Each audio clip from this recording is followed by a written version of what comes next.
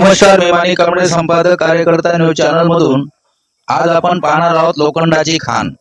महाराष्ट्रात असलेल्या गोंदिया जिल्ह्यातील आमगाव पंचायत समितीच्या कार्यक्षेत्रात येत असलेल्या सुरकुडा ग्रामपंचायत हद्दीत धोबीटोला नावाचे एक छोटस गाव आहे। या ठिकाणी लोह खनिज खाण आहे। जयस्वाल निको इंडस्ट्रीज नागपूर या कंपनीकडून येथील लोह खनिज उत्खनन सुरू आहे। आमच्या टीमने या लोह खनिजाला प्रत्यक्ष भेट दिली आहे। आपणही भेट देऊ शकता। देशातील जनतेला लोखंडाची जी गरज आहे ती अशा प्रकारच्या खाणीमधूनच पूर्ण होत आहे आणि म्हणूनच आपली गरज कोण भागवतो आहे हे पाहणे सुद्धा गरजेचे आहे। आपल्या देशात खनिजाची काही कमी नाही, त्यातही विदर्भ हा अग्रेसर आहे। कुठे कोळसा, कुठे लोह, तर कुठे चुना सिमेंट दगडाची खाण आहे। विदर्भाच्या सीमारेषेवर गोंदिया जिल्हा आहे, त्यातही आमगाव पंचायत समितीच्या कार्यक्षेत्रातील अनेक ग्रामपंचायती राज्याच्या सीमेरेषेवर आहे। या जिल्ह्याच्या सीमेपलीकडून मध्य प्रदेश हे राज्य आहे।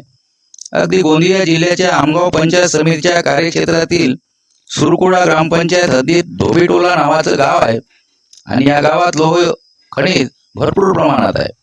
निसर्गाची ही देण मानवी जीवांसाठी वरदान ठरली आहे। या मातीतला प्रत्येक दगड हा लोहयुक्त दगड आहे।